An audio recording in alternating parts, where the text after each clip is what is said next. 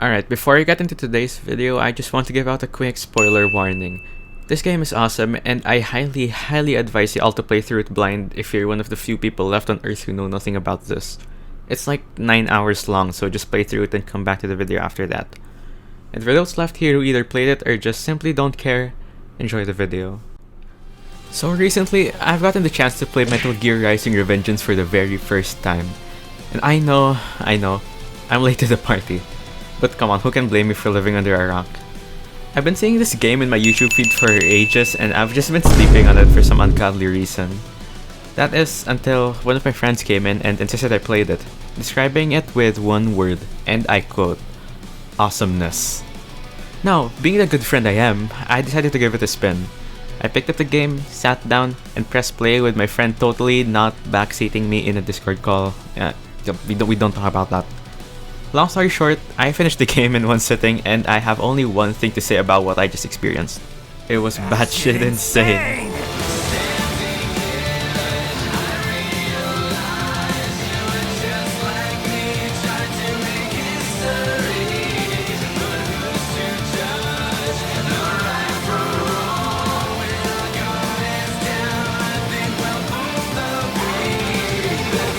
Now, before we get into anything, I would just like to make one thing clear.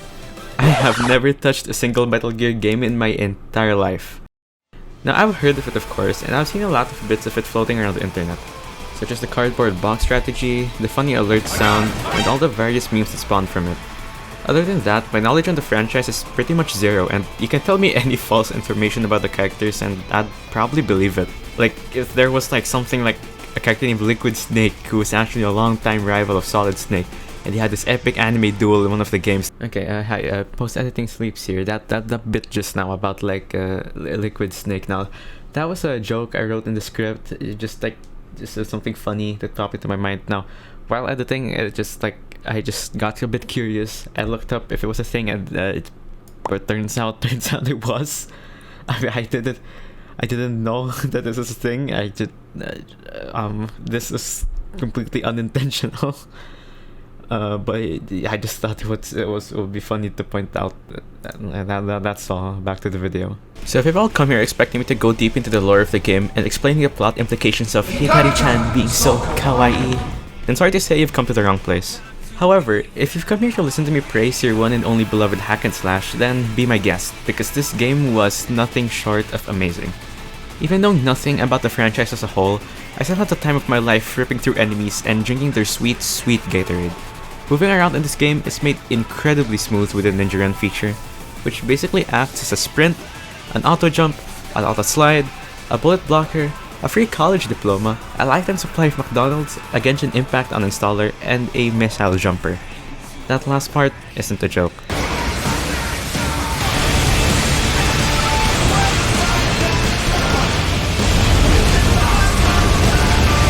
However, I think without a doubt the coolest part of the combat system is the Blade mode. It's basically a free slash mode that allows you to tear enemies to ribbons in an instant, and it's really just unlike anything I've seen before. Okay, unlike most of the things I've seen before.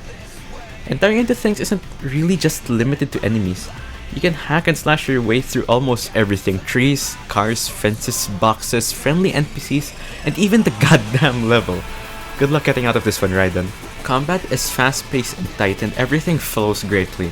The parry system in this game reminds me heavily of Sekiro, and yes, I know that game came out like 6 years after this one, you don't have to tell me. And I think it really adds a whole layer of awesomeness to the fights.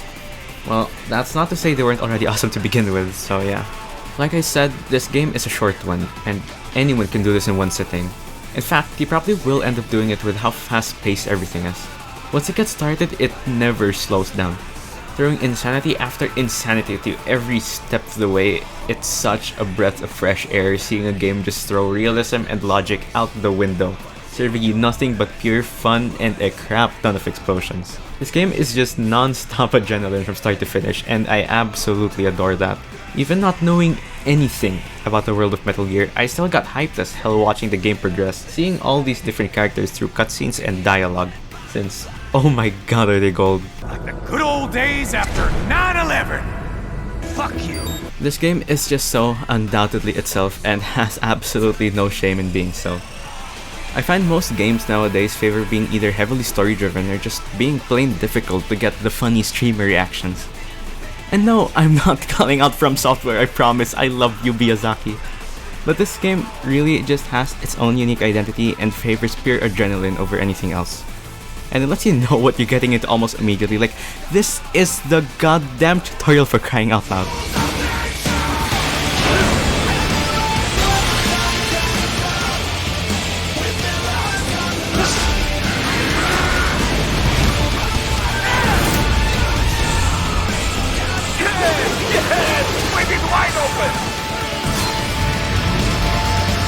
Now, obviously the game isn't 100% perfect, that's just a given, and it isn't free of a few annoying parts here and there. Like, I could have seriously done without that sewer level with the monkeys, but like, just whatever, I guess. In the end though, it doesn't really matter since the good heavily outweighs the bad, and with incredible fashion at that. Take the bosses for example. Everyone loves boss fights, and I'm happy to say that this game sure as hell delivered on them. Some of these bosses are some of my favorites in all of gaming at this point in time. Like sure, they're not particularly difficult and don't give the same kind of euphoria as beating a Dark Souls boss, let's say, but goddamn are they fun. Their movesets can be dealt with pretty easily for the most part, but just the way everything goes in the fights gets your heart racing. From the effects to the set pieces to the goddamn OST, oh god the OST is good. I'm not a fan of metal. I just don't listen to it. I listen to goddamn weeb music for goodness sake. But I would be lying if I didn't catch myself bopping my head to Stains of Time. All the tracks perfectly complement the fights, and they're just plain bangers even on their own. Gotta give a real hats off to the person who composed them, Jamie Christopherson, who I've heard has never even made a single metal track in his life before doing work on this game. And it doesn't just stop at the soundtrack itself. The way the soundtrack is used in the fight is just amazing and so incredibly unique. Each boss has a sort of rage face to them, which, to be fair, is pretty standard for boss fights nowadays. But how it goes in this game is that the soundtrack starts off purely instrumental. But once the boss starts going sicko mode on you, the vocals come in and oh my goodness the eargasm whenever that happens. This ends now!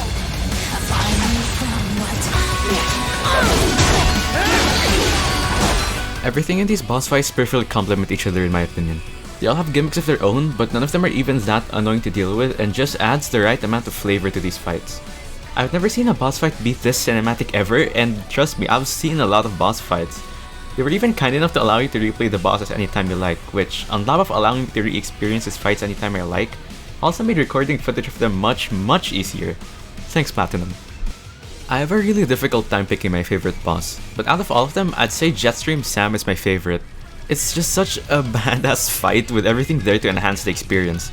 The arena is awesome, the visuals are awesome, the soundtrack is awesome, and the goddamn boss himself is awesome. On top of all that, he's actually pretty challenging, and he makes you eat crap if you haven't mastered the parry at this point. Not to mention, the entire chapter is literally just his boss fight. Nothing to get in the way, no enemies, no random QTEs, nothing. Just you and the boss in the middle of the highway, about to have the greatest showdown ever. Oh boy, there will be bloodshed indeed.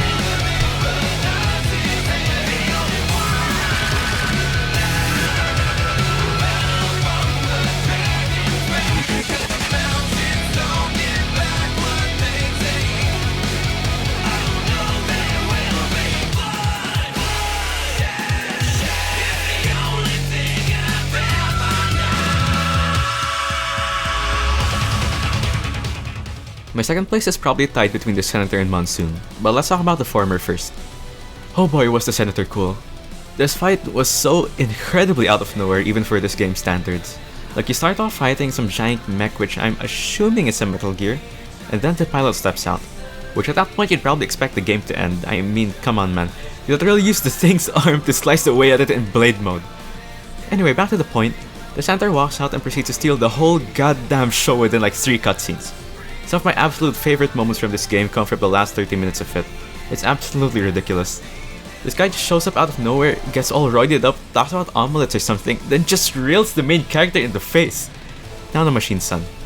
The fight itself isn't any less insane as well. In fact, it's probably even nuttier than the cutscenes. Like this guy just starts ripping apart the ground for God's sake. Like what in the world is even happening here? The boss is not only insane visually, but he also tests everything you learned in the game up until that point. And if you're somehow not accustomed to the game yet by the time you get to him, then prepare to cry. It's a great fight with a great character accompanied by a great soundtrack.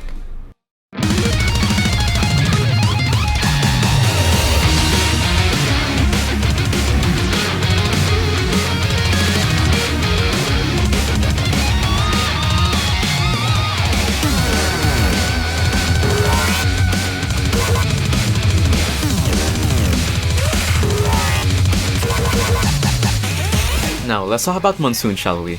Like the Senator, this guy just pops out of thin air and drops one of the most ridiculous cutscenes in the game. He just talks about goddamn memes and makes the main character go insane. Like, I couldn't even believe what I was watching during this, it's just ridiculous. Memes, the DNA of the soul. They shape our will. They are the culture. They are everything we pass on. Your memes end here. This fight, I think, could be called a good turning point for the game. I mean, yeah, up until this point the bosses were pretty wild already, like Mistral was pretty cool, and the other robot bosses weren't bad either. But Monsoon is definitely the first fight of this caliber. He has so much tricks up his sleeve and just doesn't seem to die. Like, his fight is probably one of the longest in the game. He also does a bunch of wacky stuff like throw helicopters at your face and just straight up smoke bombs you while jumping on you from all sides of the screen. Not even mentioning his OST because, oh man, when I first heard that my heart was racing. The guitar, the vocals, the everything, oh my god was it good. To top it all off, it ends with him throwing an exploding wheel at you which you can parry for Christ's sake. Like, what is even happening in this fight, man? Absolute insanity and I'm all here for it.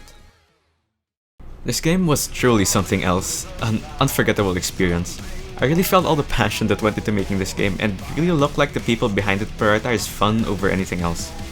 Today, I stand here and realize that I really should have played this game much earlier.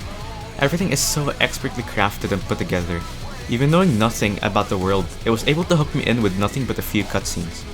I see now why this game has such a dedicated fan base, even with such a short runtime and so little content. It's been such a long time since I've had this much fun playing any video game, and this one really earned a special place in my heart.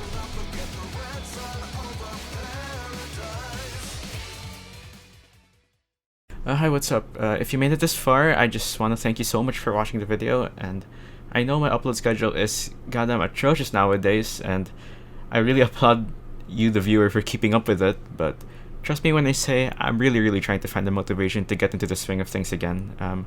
Funny story, I actually started writing the script like August, and it's been way more than a few months since then, and it's been actually a hot minute since I've touched this game.